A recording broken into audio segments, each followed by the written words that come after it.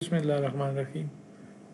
हमारा quick start web development का topic है कि क्लाइंट साइड की स्क्रिप्टिंग क्या होती है, जो ऑलरेडी हमने डिस्कस भी की है कि क्लाइंट साइड की स्क्रिप्टिंग हमारे पास वो स्क्रिप्ट होता है जो कि हम ब्राउज़र के ऊपर रन करते हैं, जो हमारा डॉम होता है, ठीक है, उसको अपडेट करने के लिए। अब वो डॉक्यूमेंट ऑब्जेक्ट मॉडल यानी डॉम क्या होता है उसको हम डिस्कस कर लेते हैं। तो बेसिकली क्लाइंट साइड की स्क्रिप्टिंग जो है, ठीक है, वो मोस्टली जावास्क्रिप्ट में होती है, ब्राउज़र से सपोर्ट करता है और काफ़ी अर्से से करता आ रहा है। आगे भी ऐसा ही है कि जो भी स्क्रिप्टिंग लैंग्वेज है 99% केसेस में यही जावास्क्रिप्ट जो होती है हमारे पास यही चल रही होती है। इससे हमारे पास इसके स्ट्रॉन्ग टाइप अगर एक वर्जन देखा जाए तो वो टाइप स्क्रिप्ट है, लेकिन टाइप स्क्रिप्ट भी बेसिकली ट्रांसपाइल होके जावास्क्रिप्ट ही जो है उसको जनरेट करती है। इसी तरह से कुछ और चीज़ें हैं जैसे कि कुछ और फ्रेमवर्क्स हैं, ब्लेज़र वगैरह, जो सी शार्प में काम करते हैं, जो वेब असम्बली की बेस पे जो ब्राउज़र होता है, ठीक है, वहाँ पे मैनेज कर रहे होते हैं चीज़ें। तो वो भी बेसिकली जो जावास्क्रिप्ट है उसी को ही यूज़ कर रहे होते हैं। बिहाइंड द सीन ब्राउज़र जो है वो जावास्क्रिप्ट को ही समझ रहा होता है। इस सीरीज़ में हम देखेंगे कि ब्राउज़र का जो डॉम है वो क्या होता है। एक हमारे पास ब्राउज़र का ऑब्जेक्ट मॉडल होता है, फिर एक डॉक्यूमेंट ऑब्जेक्ट मॉडल होता है। एक्चुअल और विचुअल डॉम क्या होती हैं, जावास्क्रिप्ट की कुछ एग्जांपल्स देखेंगे और एडवांटेजेस क्या हैं। तो बेसिकली हमारे पास ये एक ब्राउज़र का ऑब्जेक्ट मॉडल है जिसमें हमारे पास डॉम भी आ जाता है, जिसमें हम डॉक्यूमेंट से रिलेटेड जितनी भी तो हमारे एलिमेंट्स हैं उनको एक्सेस कर सकते हैं। एक डॉक्यूमेंट का ऑब्जेक्ट मॉडल यानी ट्री जो बनता है उसको मैनेज कर सकते हैं। इसी तरह हमारे पास जो जावास्क्रिप्ट है, ठीक है, वो भी इसी में एग्जीक्यूट होती है, ब्राउज़र का पार्ट होता है। तो हमारे पास ग्लोबल लेवल पे एक विंडो का ऑब्जेक्ट अवेलेबल होता है जिसमें फर्दर आपके पास navigator, screen, location, frames, history और HTTP की रिक्वेस्ट वगैरह ये सारे के सारे मौजूद होते हैं। तो नेविगेटर एक ग्लोबल लेवल की चीज़ है। नेविगेटर हमारे पास एक ऐसा ऑब्जेक्ट होता है जिसके थ्रू आप यूज़र के एजेंट वगैरह को एक्सेस कर सकते हैं, प्लेटफॉर्म जिसके ऊपर ब्राउज़र चल रहा है उसको एक्सेस कर सकते हैं। इसी तरह से लोकेशन का ऑब्जेक्ट होता है, लोकेशन के ऑब्जेक्ट से आप करंट जो आपके पास URL होती है वो एक्सेस कर सकते हैं। इसी तरह से बाकी ऑब्जेक्ट्स भी मौजूद हैं। हिस्ट्री के ऑब्जेक्ट को यूज़ करके आप आगे पीछे नेविगेट कर सकते हैं। तो ये कुछ चीज़ें ऐसी होती हैं, कुछ ऑब्जेक्ट ऐसे होते हैं जो कि ब्राउज़र के ग्लोबल लेवल पे मौजूद होते हैं। ये विंडो का जो ऑब्जेक्ट है इसके थ्रू आप इसको एक्सेस करते हैं, जैसे कि विंडो डॉट नेविगेटर कर सकते हैं, ठीक है।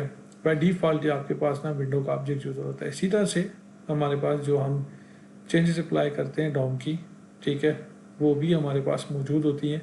एक्चुअली डॉम होता क्या है, ये डॉक्यूमेंट ऑब्जेक्ट मॉडल है जो कि एक डॉक्यूमेंट को जो ना उसके एक पेज जो होता है उसके ऊपर एक डॉक्यूमेंट होता है, बेसिकली ट्री की सूरत में। अब HTML को देखा होगा आपने कि वो एक मार्कअप लैंग्वेज है, उसमें ना एक ट्री होता है जिसमें पेरेंट और चाइल्ड के कुछ नोड्स होते हैं और उनका आपस में रिलेशनशिप होता है जिससे वो मैनेज होता है। ट्री की एक एग्जांपल आपके सामने भी है, ठीक है। तो जो कंटेंट्स होते हैं आपके पास उनको आप डॉम के थ्रू ना अपडेट कर सकते हैं। तो document object model is the main entry point two page, ठीक है, कि आपके पास जो मेन एंट्री पॉइंट होता है वो यही होता है और इसको यूज़ करके आप पेज के ऊपर चेंजेस जो है ना वो रेंडर कर सकते हैं। तो बेसिकली हम HTML का टैग लिखते हैं शुरू में। अब इस HTML के टैग के अंदर सारे का सारे बाकी टैग्स होते हैं, जैसे कि आपके पास हेड का टैग आ सकता है और हेड में टाइटल आ सकता है, फिर आप उसमें स्टाइल्स वगैरह अपने जो है वो इंक्लूड कर सकते हैं, जावास्क्रिप्ट की रेफरेंसेस वगैरह और बाकी चीज़ें, मीटा के टैग्स वगैरह। इसी तरह से बॉडी होती है, बॉडी के अंदर फिर सारे आपके जो एलिमेंट्स होते हैं वो इस्तेमाल होते हैं, सारे टैग्स, जैसे कि आप कंटेनर्स डिव वगैरह बना सकते हैं, फिर उसके अंदर जो आपके कंटेंट्स होते हैं उनको यूज़ कर सकते हैं। फिर जैसे कि आपके कंट्रोल्स, फॉर्म्स, सारी चीज़ें, ठीक है, आपके किसी सेक्शंस के अंदर आ सकते हैं। तो मोस्टली आजकल के जो फ्रेमवर्क्स हैं वो विचुअल डॉम पे काम कर रहे हैं। विचुअल डॉम में चेंजेस करनी ज़्यादा क्विक होती हैं और फिर उनकी चेंजेस को एक्चुअल डॉम पे ना अप्लाई कर दिया जाता है। जैसे कि रिएक्ट जेएस है, एक बड़ा पॉपुलर फ्रेमवर्क है, तो वो एक डॉम की कॉपी अपने पास रख लेता है और जो भी आप चेंजेस कर रहे होते हैं वो चेंजेस उसके अंदर जो एक्चुअली विचुअल डॉम में जो है ना वो इम्प्लीमेंट कर रहा होता है। और फिर जैसे ही वो चेंजेस वहाँ पे रिफ्लेक्ट होती हैं तो वो री रेंडर कर देता है एक्चुअल डॉम को और उसके अंदर वो सारी की सारी चेंजेस आ जाती हैं। प्रैक्टिकली देखा जाए हमारे पास बेसिकली जावास्क्रिप्ट ही होती है। आपके पास यहाँ पे ना मैंने एक स्टाइल, ये ऑलरेडी भी हम डिस्कस कर चुके हैं पीछे, HTML क्या होती है, ठीक है, और स्टाइल्स को एक पेज लेवल के स्कोप के अंदर एम्बेड कैसे करते हैं। तो ये पेज लेवल के स्कोप के अंदर हमने एम्बेड कर रखा है। एक क्लास सेट की है बैकग्राउंड कलर की रेड और फिर हमने उसको अप्लाई कर दिया है बॉडी के ऊपर। बाय डिफ़ॉल्ट ये एक CSS का एक ऑब्जेक्ट मॉडल होता है, उसके थ्रू पेरेंट से चाइल्ड की तरफ चीज़ें जो हैं वो नैरेट हो रही होती हैं और बॉडी से ही स्टार्ट होता है। तो खैर बॉडी के ऊपर ये चेंज कलर अप्लाई होगा और यहाँ पे हमारे पास हमने एक बटन डिक्लेयर किया हुआ है जिसको एक ID दी हुई है। आप किसी न किसी चीज़ की आइडेंटिफाई करने के लिए कोई ना कोई ID देते हैं और इस ID के थ्रू ही बाद में आप इसको थ्रू प्रोग्रामिंग एक्सेस करते हैं और इसके ऊपर कुछ चेंजेस करनी हो, कुछ इसका इवेंट हैंडल करना हो, कुछ भी करना हो तो वो आप इसी के ऊपर ही मैनेज करते हैं। तो एक बड़ा ही सिंप्लीफाइड सा काम हम कर रहे हैं कि जब कोई बंदा, पहले तो हम इस बटन को गेट करते हैं। बटन को गेट करने का तरीका ये है कि आपने एक बटन गेट कर लिया, ठीक है। मैं इस तरह से भी कर सकता हूँ कि एक टेम्प्ररी किस्म का मैं एक वेरिएबल डिक्लेयर कर सकता हूँ और इस बटन को मैं यहाँ से गेट कर सकता हूँ। अब बटन मेरे पास अवेलेबल है, ठीक है। और अब इस बटन के ऊपर मैं एक इवेंट जो है, जो क्लिक का इवेंट है, उसको हैंडल कर सकता हूँ। और इसका जो लिस्टनर होगा, ठीक है, वो कह रहा है कि बटन का नाम ये हमने वो कर दिया एलिमेंट कि बटन के ऊपर एक इवेंट लिस्टनर लगा दो। जब भी इस बटन के ऊपर क्लिक हो तो आपने ये फंक्शन चलाना है और ये फंक्शन क्या करेगा, आपके पास जो आपका वो है बैकग्राउंड है उसका कलर चेंज कर देगा। मैंने कहा था कि डॉक्यूमेंट जो भी होता है आप उसके ऊपर कोई भी चेंजेस अप्लाई कर सकते हैं। तो ये आपके पास अवेलेबल है डॉक्यूमेंट डॉट बॉडी के उससे। तो हमने कहा डॉक्यूमेंट की के अंदर जो बॉडी है उसका स्टाइल जो है उसमें चेंजेस लाओ और बैकग्राउंड को येलो कर दो। हम इसको चला के देखते हैं। तो जैसे ही मैं इस बैकग्राउंड के बटन पे ऊपर क्लिक करता हूँ, ये डायनामिकली जावास्क्रिप्ट के थ्रू ये चेंजेस अप्लाई कर देता है और एक्चुअल डॉम में चेंजेस आ जाती हैं।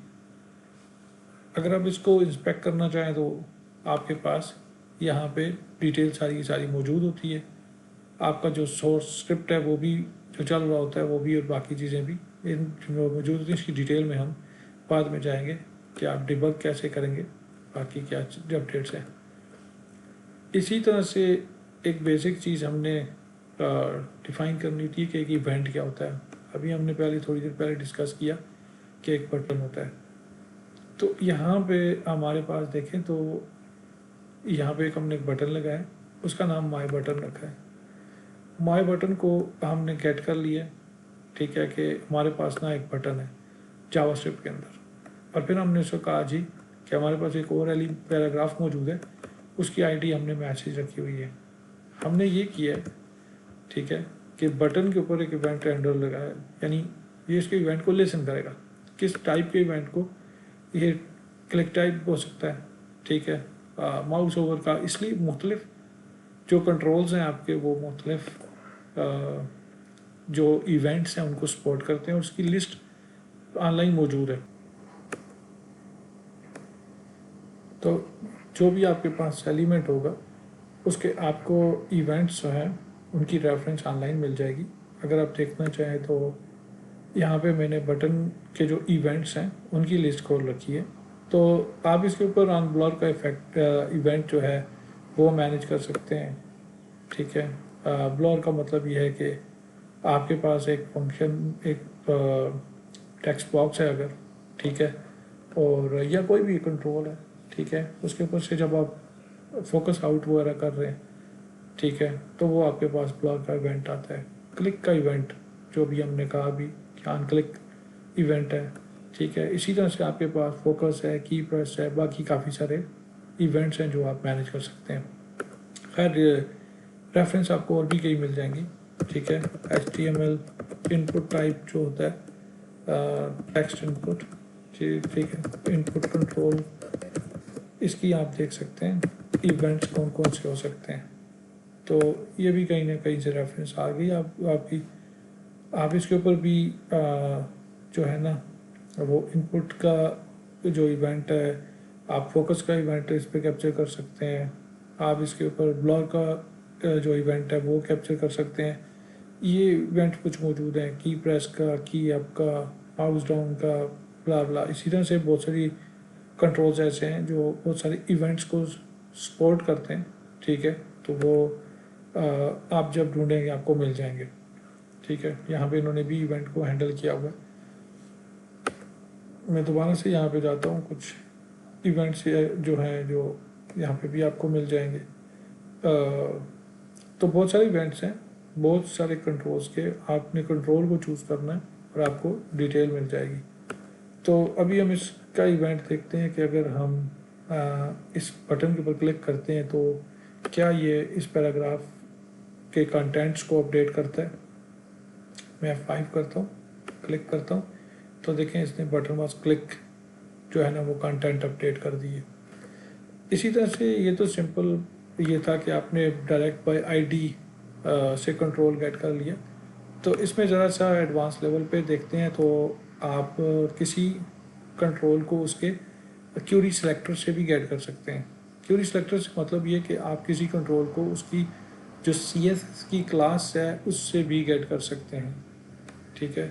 जैसे कि मेरे पास एक CSS की क्लास डिफाइन है एक बटन की, तो मैं इससे बटन को गेट कर लूँ। बटन जो है वो हमारे पास दो हैं। एक बटन ऐसा है जिसको हम आईडी से गेट कर रहे हैं और दूसरा बटन ऐसा है जिसको हम CSS की क्लास से गेट कर रहे हैं। अब काम ये सेम ही करेंगे लेकिन टेक्स्ट थोड़ा सा चेंज करके आपको दिखा देंगे। तो मेरे पहला जो बटन है उसके ऊपर भी इवेंट हैंडलर लगा है, दूसरे बटन को भी इवेंट हैंडलर लगा है। एक को कहा कि इसको हमने आईडी से गेट किया है, उसने कंटेंट चेंज किया, और दूसरे को हमने कहा क्लास से गेट किया है और उसने सेम हेडर के कंटेंट्स को अपडेट किया। तो होना ये चाहिए कि जब इस पर क्लिक करें तो ये कहे कि आईडी से मुझे गेट किया और मैंने कंटेंट चेंज कर दिए हैं, और इसको CSS की क्लास के थ्रू गेट किया और उसने कंटेंट चेंज कर दिए। तो यहाँ पे जो मेन मकसद था कहने का वो ये है कि हम आईडी या किसी भी किसी और सेलेक्टर से हम जैसे कि क्लास से हम एक एलिमेंट गेट कर सकते हैं, ठीक है, और उसके ऊपर फिर इवेंट हैंडलर जो है वो बाइंड वगैरह कर सकते हैं। यहाँ तक जो चीज़ें थी वो जावास्क्रिप्ट से रिलेटेड थी। एक और लाइब्रेरी है काफ़ी पॉपुलर थी, वो अभी भी बहुत सारे लोग उसको यूज़ कर रहे हैं, वो है jQuery।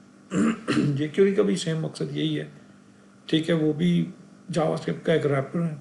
तो उसने क्या किया कि आपके पास जो सेलेक्टर्स हैं, ठीक है, उनकी एक शॉर्टकट नोटिफिकेशन शॉर्टकट एक बता दी, ठीक है, कि आप इनको इस तरह से ना क्विकली एंड ईजिली गेट कर सकते हैं। जैसे कि मेरे पास यहाँ पे एक बटन का कंट्रोल है और मैंने इस बटन के कंट्रोल को इस हैश के साथ, ठीक है, डॉलर का साइन और फिर हैश के साथ गेट किया हुआ है। और अब कोई बटन को क्लिक करेगा तो सेम एक आपके पास एक अलर्ट आएगा, ठीक है, जो आपको कहेगा कि मुझे क्लिक कर दिया है, ठीक है।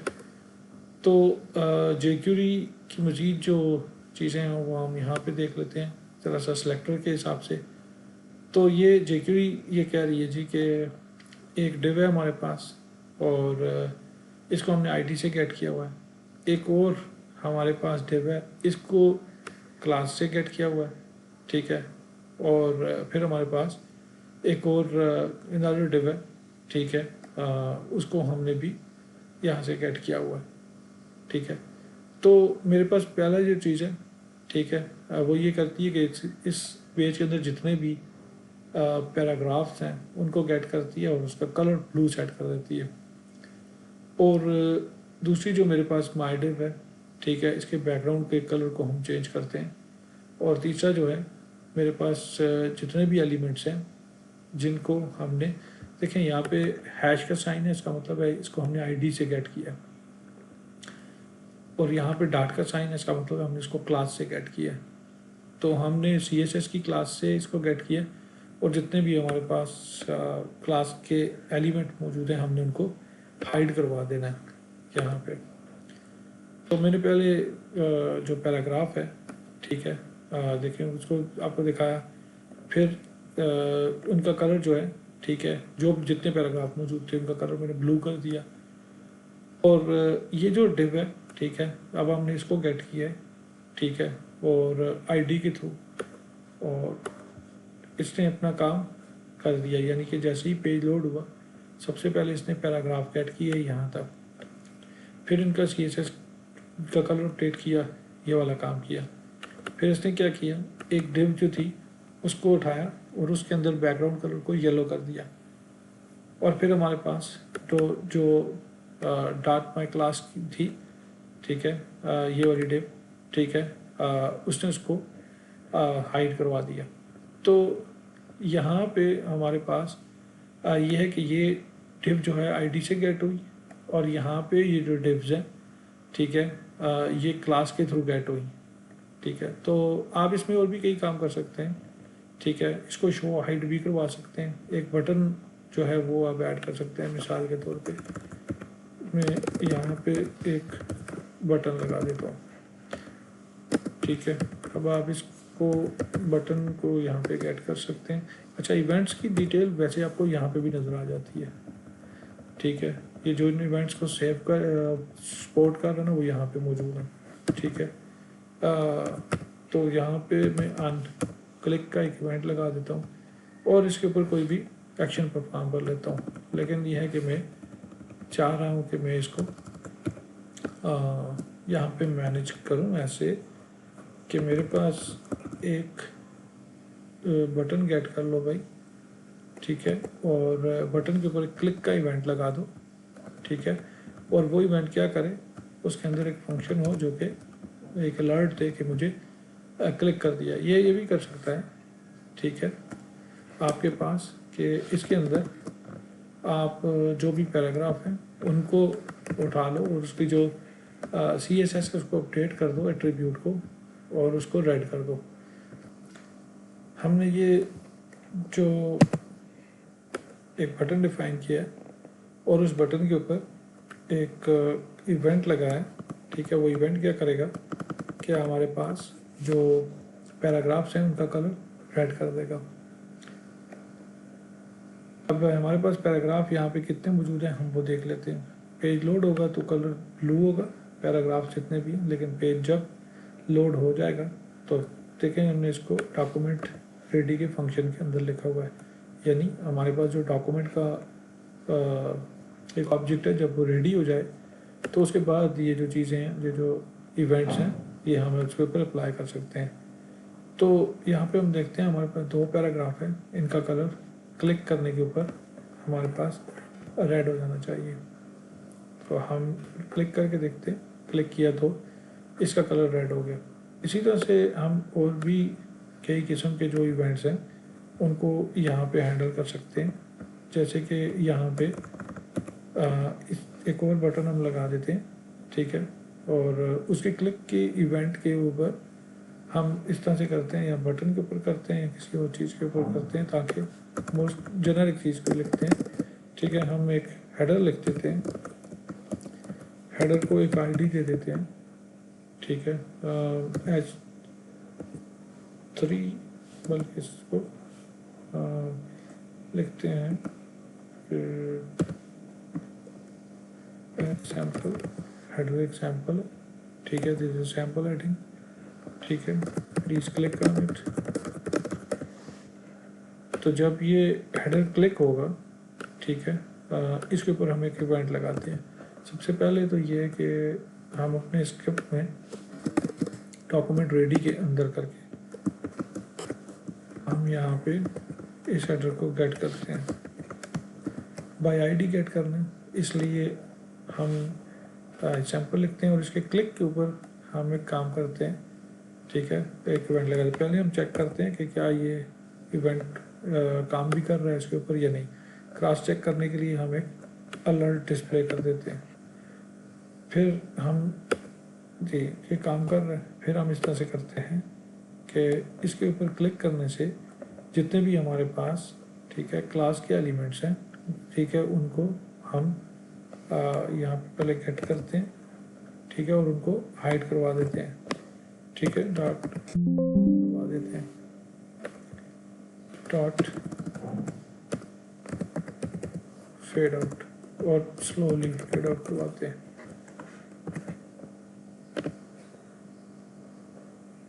अब जैसे ही हम इसके ऊपर क्लिक करते हैं ठीक है हमारे पास जो ये पैराग्राफ हैं ठीक है इनको फेड आउट हो जाना चाहिए, जो कि नहीं हो रहे तो स्लो हाइड करवा के देखते हैं।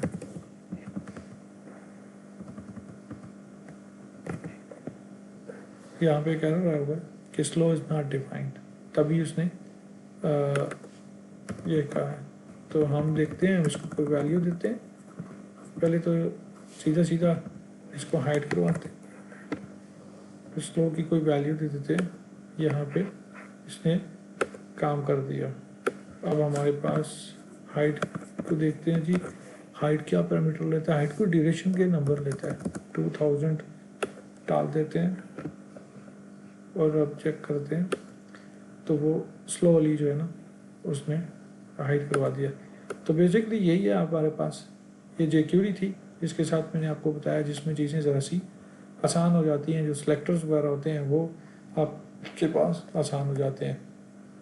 और ये बेसिक जावास्क्रिप्ट है, जावास्क्रिप्ट में भी सेम इसी तरह से इवेंट टाइटल होते हैं, लेकिन उसमें आपके पास ज़रा सा थोड़ा सा आपको document dot gate element by ID करना पड़ता है, या डॉक्यूमेंट का क्यूरी स्ट्रक्चर जो होता है उसके थ्रू किसी ऑब्जेक्ट को सिलेक्ट करना पड़ता है। इसी तरह से इसमें थोड़ी सी CSS क्लासेस वगैरह जो है ना वो ऐड करना भी आसान होती हैं कि आप एक नई क्लास जो है उसको ऐड करवा दें ठीक है, शो करवा दें। इसी तरह से क्लासें रिमूव करना भी आसान होती है। और जावास्क्रिप्ट में टिपिकली थोड़ा सा ये काम भी सेम वही होते हैं, बिहाइंड द सीन इसमें भी वही हो रहा है, लेकिन ये एक ऊपर हाई लेवल है ऑफ एब्स्ट्रैक्शन पे एक लेयर है जो कि काम कर रही है। तो बेसिकली यही था हमारा जावास्क्रिप्ट ठीक है, जो कि एक स्क्रिप्टिंग लैंग्वेज है, इसके ऊपर हम आगे काम करेंगे। अब हम HTML CSS के बारे में जानते हैं, जावास्क्रिप्ट के बारे में जानते हैं। हम एक पेज बना सकते हैं, पेज को स्क्रिप्ट के थ्रू अपडेट कर सकते हैं। Thank you.